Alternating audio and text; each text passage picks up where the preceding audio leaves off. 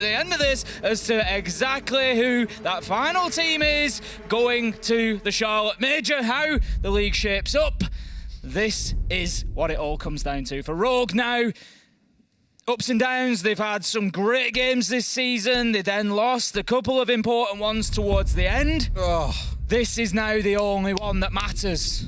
It's been an absolute bottle job in the last couple of play days, Tim. It's not gone the way... The thing is, like now, it doesn't matter. It doesn't even matter. It doesn't matter what the score is. I cannot make it any simpler for you. 3 points, you go to the Major. No points, 1 point, 2 points, you don't. What concerns me is form. That is the thing that always makes me nervous coming into big games like this. We said it about G2, you know, a 7-5 against Secret last week, a game that should not have come that close, but did, was a good indicator of the form they were coming into this final Playday with. I'm hoping for Rogue that they really had something to jumble up the mustard on their side, because this is where they've got to go big. Bans have flown their way through. Here you go. Up to that point, there's been changes, but can they continue that momentum? This is the first step in doing so. Right, well, enough buttering it up. We'll no doubt layer on plenty more hype as the game progresses. Round one is practically underway, and starting things off safe. You got Leon jumping across and playing straight away onto that Warden, Tim. We spoke about it earlier on today, spoke about and commented saying, in case you're fearful of something like a Ying being rolled out in round one, it's a safe way of doing it. Leon straight up at the window. Can't find the man. C4, I think I got shot. Oh, no! How did he get through? I thought he got shot out, but no! Connects and gets the opener, rips away, and a slither of HP. Welcome to the last Playday, Grizzly. Enjoy your stay. I think that gives you a good idea of exactly the sort of aggression we're going to see out of Rogue. Not only did Leon go for the spawn peak, he doubled down and launched the Nitro out of there as well. Deepek's going for the run, but no! The Claymore gets rips. Gorgona gets Deepek. It's all going wrong for Rogue. It's 4v3, 45 seconds in, and I don't know what's happening. What a read, coming out the doorway and also going for the run out. Normally you expect one of the two, but they go through both the garage and the entry doorway. Wonderful read. Claymore getting one, Gorg watching the other. That is a dream. Worth stressing, by the way, you can see how safely Heroic are playing this. They've got the Nomad on side, but they've also got 4 Claymores in back pocket, not forgetting a bunch of ops. Got 2 of those. Well, everyone who has them now has 2. That's what? 7 bits of anti-run out / anti-flank utility on side. They are really geared up for an aggressive Rogue today. That's it. I'm just not sure that Heroic are going to be the team to try this against. Crying, he's going for that library window. He's looking for a peek onto the balcony. He's not going to find his man. A little bit of damage done, I think, but a little bit of damage taken as well. Leon just looking for the angle onto Solar Stairs there, also onto bathroom window. Needs to be careful. Could find himself pushed from 2 angles at once. There's also the upside down rappel on Solar window. It's too easy. Too easy for Leon as he takes Sloth down. That's the Iana gone. He's going back in for more. He fancies the peak. He needs to be careful. There's the upside down rappel on Solar window. There could be a cheeky little angle here for the Ibana of Uno. Oh, the timing gets shot by both as well. One from the upside, one from the downstairs. They do collect Leon, but he's done a lot of damage up there on the north side, Tim. Now Crying, the man who we spoke about, been quiet for a couple of weeks, is looking to step back into his grave, assume the position that Leon was playing. That aggression, you can just feel it, Tim, in all the movements they're making and what they're going for, but it's worthless unless you can find a kill. Kanto hits the deck. Gorg quietly finding a 3k in the round. Can't find nothing. Heroic with round 1. Gorgona very patient on that piano window, out there for the longest time. They were just holding that angle, waiting for the moment, and ultimately it was Kanto who showed his back, and it was them who showed him the death for the round, and 1-0 Heroic as Rogue, they come out and try to send a message, but Heroic, it's message received, it's message understood, and it's a message returned. I wouldn't be surprised, honestly, if they've had this read themselves of, look, this team's going to come out with full bottle, really intending to get aggressive and find the first few rounds on the board here to catch us off guard. So bringing along those Claymores, the Nomad, all of it, again, just really respectful. Even down to Benja playing on the Blackbeard, which we didn't even have time to talk about. But again, it just screams safety to me from start to finish. This C4. Just have the replay of the C4 going out. Sloth had taken a chunk of damage as well, but Heroic, they've shown throughout the stage, they're not rattled by a play like that. They will just dig in, they'll find the round, and they are a really, really strong team inside of EUL at the minute, and honestly, I'm not sure that these tactics will work from Rogue over a prolonged period of time. I think it's maybe I'm just sort of hoping they recognise it quickly enough and that they can get back to the drawing board and think, right, we need to do this differently because, you know, this isn't necessarily going to work here. Quite maybe, but look at Deepek here, now really looking to go quite aggressive and cheeky out here. I can just see a world where he gets himself stuck on the rotate on the pull back in and loses his life for it. Here he goes in the push up. No way does that work! Oh my. Okay, Leon from one round into Deepek the next. Gets poor Grizzly. He's been C4'd. He's been spawn peaked. He's not having a good time. Grizzly doesn't know what's going on Chalet so far, but he knows that luck is not with him. Gorgona's going to be opening up that bar window. It is a bar and gaming site, of course. I'm going to look to apply a bit of pressure directly to site, but there's going to be more work that needs to be done by Heroic. I haven't seen the setup on the top floor as of yet, but I'm guessing Rogue are going to have at least 2 or 3 up there. They're going to be trying to hold on to Library and Mezzanine particularly, and Heroic, they're going to need to do something about clearing that out. All right, well, down a man, but still not deterred. Heroic on their march forward ever so slowly here. Bar Gaming is the site as a reminder, so good chances are they want to get this top floor control, put Gorgona to work on the sledge, which is interesting, by the way, because when Benja joined this team, he took away the soft breach role away from Gorgona, who used to be the go-to buck player, would play a little bit of sledge here and there, whereas Benja came in and was the sledge player at the start of this stage. So here to see that small change away, where Benja's played Blackbeard, played DeKB so far. He's stepping into more of that sort of flex role, whereas Gorg is assuming that spot of being the flex player, the soft breacher, sorry. Right, we've got 2 on site for Rogue. We've got Leon out on Library stairs, and then there's a little bit of top floor presence from Rips on Mezzanine. So before they can deal with either Rips or Leon, they've got to choose which one it's going to be, because once they remove one, the other one will naturally dip away. It looks like it's going to be Rips who is the target, but he just drops out the impact nade to keep his mirror window in place. He's going for it. That was an aggressive peek onto the man inside a Library, but it's going to be the nade from Gorg to level things up. That's going to be 2 minutes into the round, 4v4, and vertical pressure should be in control of Heroic now. But no! Leon steps up and gets a kill, but it's immediately traded out. This is just going wild. Benja's on the deck as well, 2 versus 2, Crying completing that kill. Now you can find a quick moment's pause because Heroic, they've got about 45 seconds to play. There's no big point of panic just yet, but Heroic have got the vertical, and that's what Rogue needs to be super careful of. I think Sloth has the right sort of idea, but passing each other like 2 ships in the night. They won't see each other just yet as we get to that last 30 seconds. I think the bulletproof camera had just been missed by Sloth there. It was almost a surprise to him as he looked round, you know, a bit of utility there, better clear it out, but I'm going to have Crying and Kanto. Kanto's in an interesting spot here, top of main stairs. He could be a real nuisance. Could hit him on the flank. It's not going to be needed though. Crying steps out and gets a big double. Anything in this round that you expect, anything in this map that you think is likely to happen, we are going to see the opposite. I did not for 1 second think Leon was just going to head up Library stairs into Library and start with a direct challenge. You would have expected him to potentially try to hold the middle level of Library stairs or maybe drop back to site. But no, they are just going full send on this. The scary thing was he was being called by DeKB. Literally through the doorway to his right-hand side, there was a player from Heroic that either didn't hear him or just assumed, I don't know, sound's being a bit weird, he's not there, it's okay, no problem. Turns out he was there. Gets himself a freebie, could have turned it into a second if he wasn't so quick to try and run away. But equally, why would you expect to be surrounded by 2 players and not be losing your life at that point? Can completely forgive Leon for it altogether. But 1-1. Nice, interesting start to the 2 rounds that we've had, as now we head down for afters, Tim. We're going down into Kitchen. Heroic again looking to run much the same lineup as we've sort of seen from them earlier on. Benja now going back to being the go-to soft breach player, whilst Gorgona goes back onto something we've seen him playing a lot more lately, which is going to be that Zofia.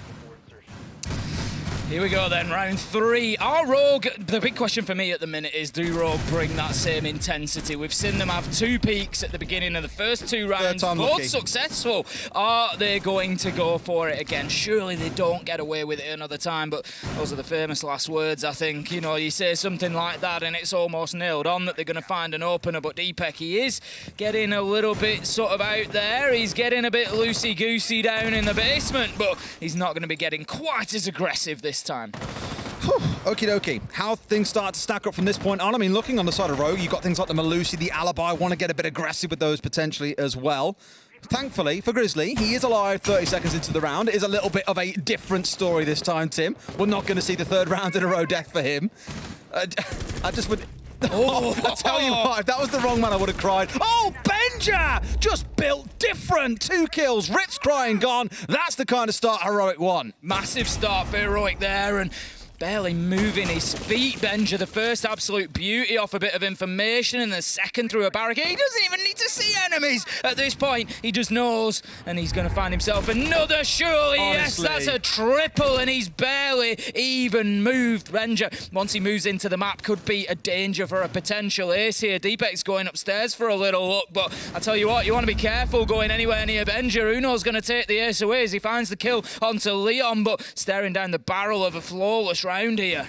Yeah, Deepek's left to do it all. And I know all I said about him in the pregame. I know I bigged him up, but it's just not going to happen. Benja at 4K. Rogue running into him like a meat grinder there as well. Just one after the other. A comfortable closeout. Heroic get round 3. And that to me is a stark reminder to Rogue. This is not going to be... You might have the momentum. You might have the energy. You might have the bounce. That doesn't mean nothing when you're coming up against the biggest team in the league. Not at the moment, it doesn't. Benja with a very solid 4K there to push Heroic over the line in what was a pretty easy, flawless round for them. And Rogue, like I say, they just need... And I said this in the last round, beginning of the last round, I'm concerned about them just keep throwing themselves at Heroic. I know they're trying to be unpredictable, they're trying to have the energy, they're excited, they're ready to go, they want to get that major spot, but they need to be careful about throwing it away as well. They don't want to do that. They don't want to just keep pouncing into the lines of sight of people like Benja. Well, Heroic have done 33% of the job that G2 have slid some money to them on PayPal for. 6 rounds is what they're looking for. If they get to that point again, Rogue then cannot make it. So really 4 rounds Rogue have got left here to lose. That's all they can afford to give away. And giving away, looking at that last round, is probably exactly how I'd describe it. Maybe even the first one as well. It was a good aggressive attempt, but Heroic were just all too ready.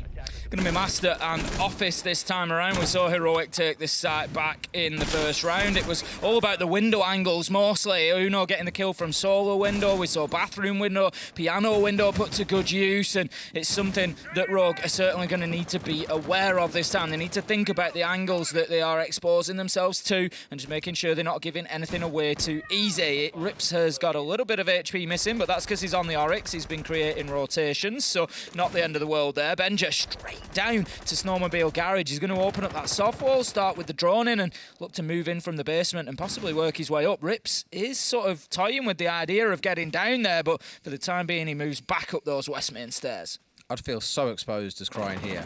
Like, surely that drone saw him. Surely. He's come down the stairs. It must have done. Surely. I mean, he didn't shoot it, so did he feel it just didn't see him? Like, either this is a massive slip-up by Heroic or Crying's got a perfect read, and I'm not quite sure. Already a bit of rotations coming back through, though, after Sloth has found Rips there. Down he goes, Deepek trading it back.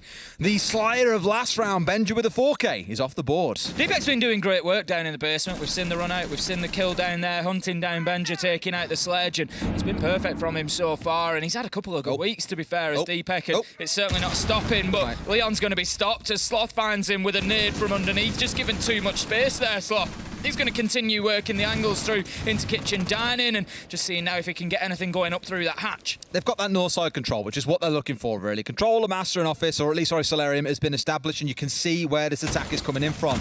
Perhaps the scariest part for Rogue is that they don't have the downstairs control either. Very quickly, Heroic have got full control of all they need to make a push work here. They can just keep on forcing them back, playing those angles. They've got the Claymores dotted around as well. All these things to keep them safe, and it feels like Heroic are slowly starting to contain the madness that is Rogue a little bit.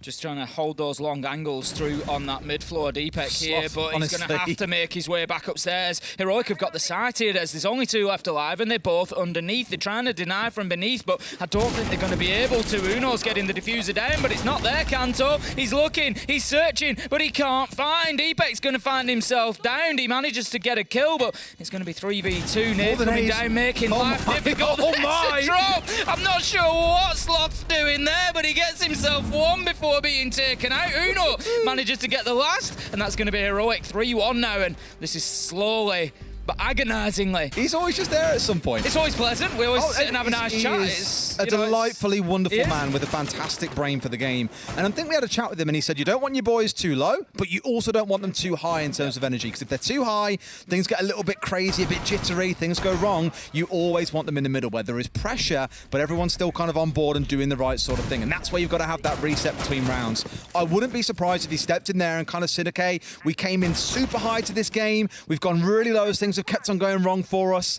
Boys, back to how we've done this before now. Settle things down, get your heads back in the game. Mental game is absolutely by far and away the most important element for Rogue. Here, there, that's not going to be an ideal start as the aggression continues. Deepek trying to find his man, but that Aruni punch all days, it's just a beacon from anywhere on the map. As soon as a hole that size opens up, you know she stood on the other side of it. And Benja, he's not going to miss his shots on an opportunity like that. Is he naff? Far too easy for him there, yes. I guess for Deepek, he would like, okay, why would someone still be looking at this doorway now? Good question. Well, either way you look at it, you've lost your life as a result. Uno, on the upside down rappel, trusting someone's running just down through the hallway, which they were. Kanto, he's got to be so careful here. There is someone outside the door, and sure, well, outside the window, sorry. He must know about the likelihood of someone playing there. For Benja, it's too easy. That is too We've easy. been here before. Will he find himself a third? I'm sure that he can. Kanto, oh, it's so close. The thing is, he doesn't need to. It's 5v3. He doesn't need to get overly aggressive on this. Benja, he knows the challenge is likely to come in from two angles, but he can do nothing about it as Rips manages to get that kill, brings us back to 3v4 for Rogue, and that's 3v3. Another great kill from Rips, but an immediate trade from Sloth leaves us 3v2, and another flurry leaves us at the mid-round with only 5 players remaining. It's just one of those, again, where every time you feel like you've got something on Heroic, they've just got an answer. There's someone watching a flank, there's someone ready to step into their shoes and take the trade. And it took Rogue a bit of time to set up that 2 versus 1 into Benja, which, yes, they came out on top of, but still lost a man off the back of it. Sloth hits the deck into a frost mat. That's the kind of thing that you want to see. I don't know if Rogue will have heard that one, given the 2 players are so far away, but at least for now, it's a 2 versus 2. That's it, even Stevens in this round with 1 minute left to go. Grizzly is indeed, but with the look that Grizzly's had so far today, he needs to be careful. I wouldn't expect him, you know, it wouldn't surprise me to see a little peak come in there, but no, Grizzly gets away with it. Sloth finds himself back onto 20 HP and ready to fight in the round again. Kanto just opening up a very long line of sight there, and it looks like he's in for the duration inside of Dining. He's going to try to hold this down at distance, so it's going to be all up to Crying inside of sight. He's moving, he's ducking, he's dodging, he's weaving, he's trying to keep himself out of the lines of sight. He's trying to get something going, but it's not going to be easy. He sees the man, he can't find the headshot onto the Iana. The nade doesn't come down, and Crying going to dip himself back away. That could be big, that could be big, Des. Finds the second as well. They're the 2 kills that you need, but Sloth finds Kanto. A 1 versus 1 breaks out. Who's going to win this one? 2 of the best fraggers we've got in the league coming up head to head right now. It's only going to come down to the 1 shot. Dipping away, it's Sloth, of course. Why wouldn't it be Sloth as they take round 5? That was tense at the end there, Crying. Such a great job from inside of sight. Gets the double, drops the diffuser, but just can't find the 3rd kill that he needs. And really, he just needs that bit of support from Kanto in Dining. If he can take Sloth out, if he can win that battle, then it is round done. And Rogue are only 1 behind, but as it is, that's all ifs, buts and maybes, because it didn't happen. And Heroic are 4-1 up, and as we suggested at the beginning of this, Heroic starting on the attack of Chalet is just proving to be too big an advantage for Rogue, and they are potentially going to have to climb back uphill from 5-1 down. G2, I'm sure, will be sat watching this cautiously optimistic. They know that these games can be turned around, but right now it's looking pretty good for Heroic, and it's looking pretty good for G2 fans. We spoke about the need for players like Kanto and Crying to go big today, but also players like Deepek to step up and do the same. But the only big players we've seen so far have been on the other side. Sloth is 9-3. Benja is 8-3. He has been the demon of out on that balcony, just doing untold damage no matter who tries to swing him or peek him. He's just always ready. And Gorg silently sat at 4-2 as well after that 3K in round 1. There's just no stopping them, it feels like, at this point. But this is a round that Rogue need. They have a 1-for-1 record on the Bar and Gaming site. They get this. They have the 2-4 half. It's not the end of the world, but you've got to pull out some magic on the attack. I'm just doing some quick maths. Benja and Sloth, 17 kills, more than the total of Rogue combined. That is some nice quick maths from you there, Tim. Yeah, they're on 14, I think, by my count. Oh, 7, 9, yes. 11, 14. 14. It paints a picture. It tells a story, and it matches up to what we're seeing on the scoreboard at the minute. Benja and Sloth have just been dominant so far. They've both had big multi-kill rounds. They've both had big moments. Sloth clutching that last 1v1 out, and certainly not an easy one for him to find. 5v5, we are still with everybody alive inside of round 6. It's going to be the final defensive Benja. round for Rogue. Benja, he's going to open it up as he has so many others with a headshot onto Rips. By my measure, that's his 4th entry in a row. 3 of those coming from up on this balcony as well. Honestly, a demon. Doesn't matter what you throw at him, he just seems so comfortable there and being willing to challenge you at every single turn. And Rogue are almost not expecting it. It's been 3 rounds in a row now, boys, that has happened, yet there's still not the respect being paid to the fact that he will be on that balcony at about the 2-minute mark looking to challenge you. Like I say, they just don't have an answer at the minute. Uno, he's going to find Leon. It really seems like things are going wrong for Rogue here. This is going to be over in quick fashion if this continues. Kanto, he's going to move around, taken down from Piano. He's just not ready for the man. Sloth plays him like a tune there. Deepak, he manages to find the nitro, and he's going for a second, but no, Sloth's in there. Sloth is the answer to all of the questions right now. Gorgona with the trade after Grizzly goes down, and that's going to be Heroic closing out a strong attacking half 5-1. Rogue, you better show us that Chalet is an attacker's map. They've got to get 6. Well, they've got to get every single round now, Tim. 6 rounds in a row. 7-5. Rogue needs to win this game. Otherwise, Heroic, if they send it through to overtime or win, doesn't matter. Rogue will not get the points to jump into the top 4. They cannot make any mistakes. It has got to be flawless from this point forwards. And given how Benja and Sloth especially have played so far today, I'm not very confident. I wouldn't be either. You know, the Rogue fans at the minute, I'm sure they're going to be sat there thinking that this is not looking good for them.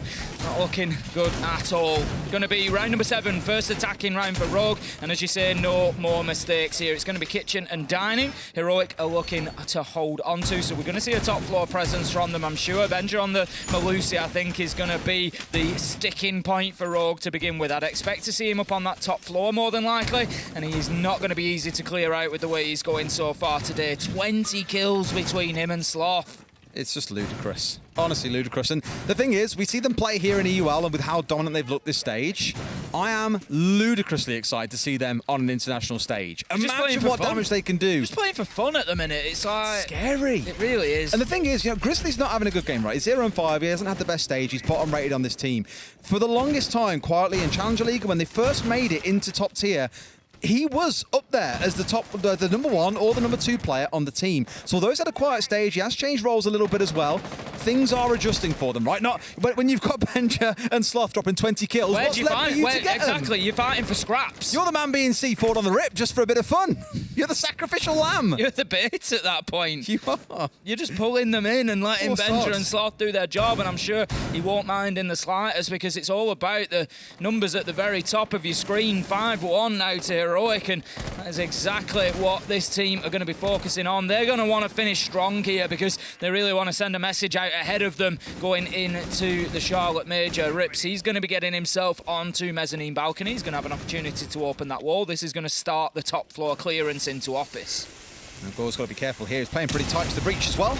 They've also laser gated off the left-hand side of this wall here, because normally you'd step just inside there and plant tucked into the right, for example, whereas now they've got to plant more on the left, which exposes you, unless of course you burn through the laser gate and the wall that's there, it exposes you to the rotate coming in from the bedroom side. So you're basically just more exposed to multiple angles. It makes life a little bit more difficult for you. This is it, Rogue. They need to get that top floor control. Rips is going to open the wall into sight, which is going to be dining kitchen. Make sure... I'm looking at the wrong site, aren't I? Beautiful. We'll let you off. We'll let you off, Des. There's a lot of excitement going on. There's a lot of excitement going on, and that is a failed impact trick as well. Right. They're going to get the exothermic off on the wall. That is now access into sight, and right now that is the sort of bit of luck that Rogue needs. They need something magic from Leon on the offset here as well. He's got the 2 smokes, one coming out in deep here as well, but now where do they go? Now he's got it in the back pocket. There's no finally. vertical. They don't have the vertical. Did the smoke just not go off? I saw him toss it, but I don't think it went off anywhere. Laser gate. Okay, it burned through the laser gate. Fine. Thank you very much, Easy Mr. Observer. Sloth, what a surprise. Starts off with the killing. Now Leon working his way up. He's going to find Sloth in a trade. Not bad. But what can they do here? Step inside, shooting at the feet. They can't finish him off. But what about the vertical? Gorg still sat up there. But Leon on 1 HP has had to back away. My big concern for them now is that vertical. But Kanto with another big kill. That's Benja and Sloth both gone. There's an opportunity for Rogue here. 40 seconds left to go. Big Deepex push is going to be important. He flashes himself. He goes in. He finds his man. But no, shut down with an immediate trade. 3v1 though. It's all up to Uno. Going to be difficult now. This should definitely be a Rogue round. Leon is low health. Does have Diffuser in hand. Needs to be careful that he doesn't drop it. Should he lose his life somewhere in no man's land, he should be safe in behind that Ossa shield. Uno's got to do something here, but he knows there's going to be cover. And there it is from Rips. Rogue, they get the first of 6. Dicey, but they get the win regardless. Kanto finding Benja, I think, was the biggest kill there of all as well. Knowing the work that he's been doing,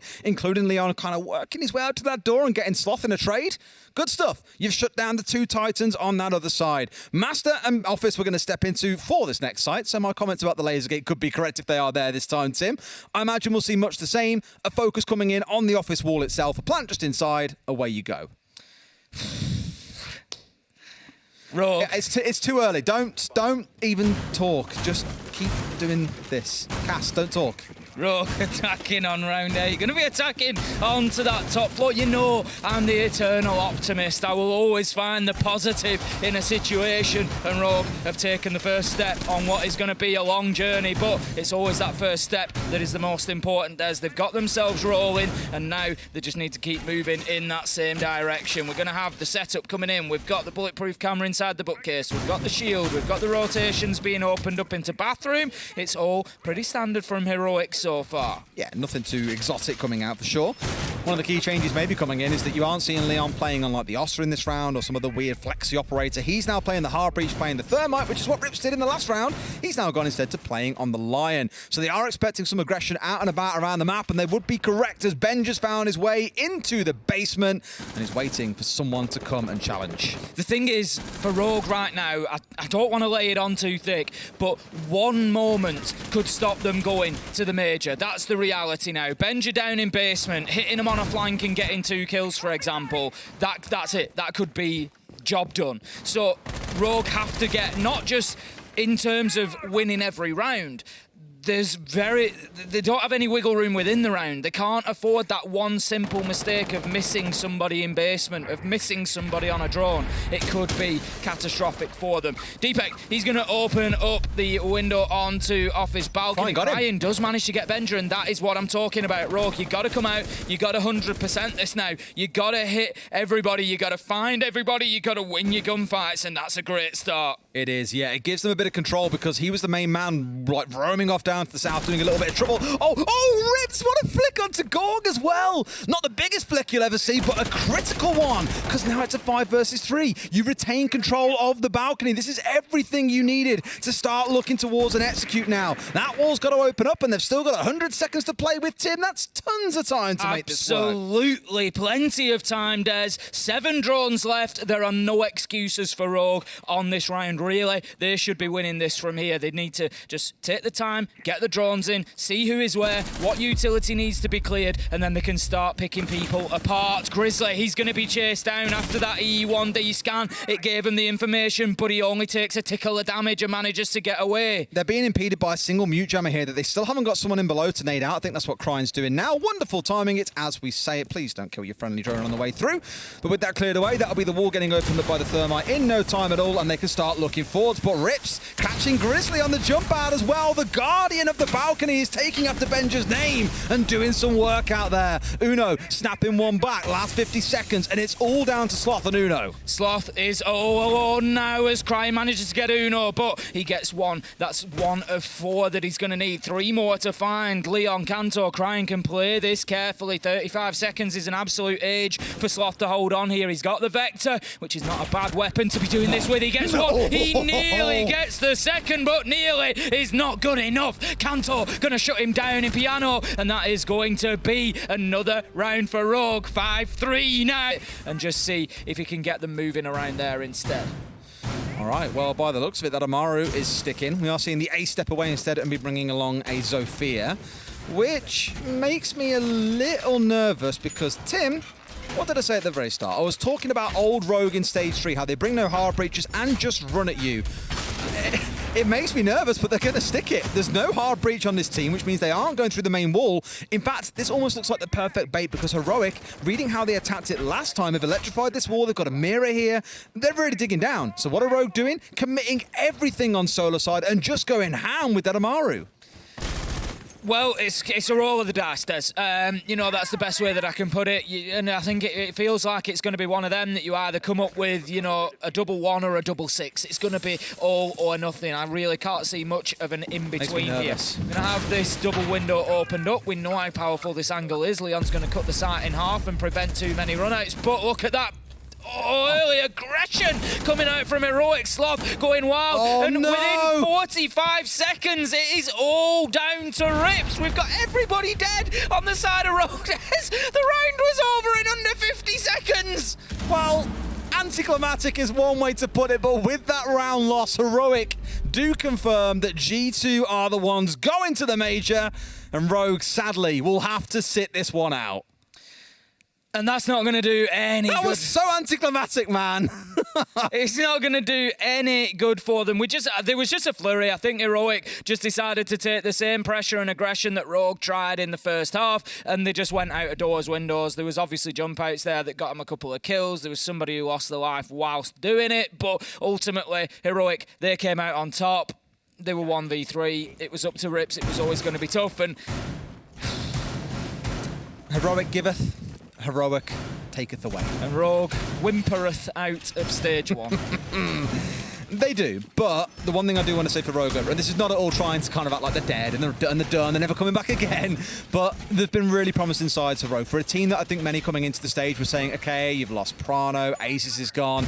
This team is a shell, right? You're picking up Kanto hasn't played for a good while, you're relying on Crying to be your entry, Deepek's unproven at this level, you're going back to Leon as your IGL, like it's not going to be a good stage for them. They have had a good stage, just these last 3 play days are going to be days to forget. There's a lot of positives for Rogue to take away, and I hope that they do. I hope that they don't focus too much. I think it's difficult sometimes.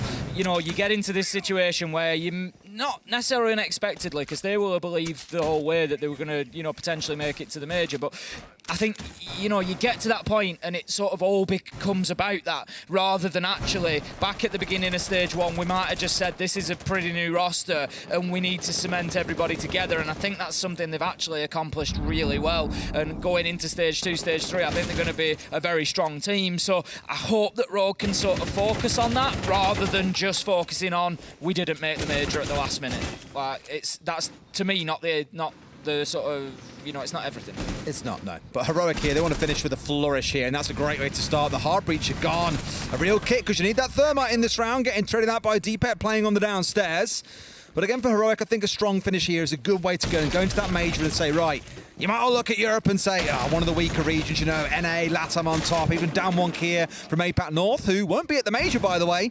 They've all fallen by the wayside. You know, Europe kind of falls down to the bottom. No, not this time round will be Heroic's statement to the world, and this is a way to really show it, is to get a very clean closeout here in what could be the last round. That's it. There's going to be a few new teams, a few new faces. Oh, I can't wait. The major teams like W7M, who've sort of come out of nowhere. They've, you know, been threatening for the longest time, but then they've made the changes they needed, and they've really come through with a flourish. And you've got teams like FaZe, who, you know, are established teams that we would expect to see there, but will not be the case. And as you say, Damwon Kia, another one that is, you know, all credit to them becoming a face that we expect to see at the majors, but just haven't made it through this time. But it's going to be fascinating. We're going to have some teams who have struggled to get there recently. Teams like G2 now confirmed, and confirmed dead is going to be Leon, as Grizzly manages to get the kill. 4v3. Heroic are racing on towards closing this one out. They are indeed, yeah. 3 versus 4 now, stepping on the way forward. Grizzly collecting a kill, by the way. May well be one of his first in the game, given his team have taken so many from him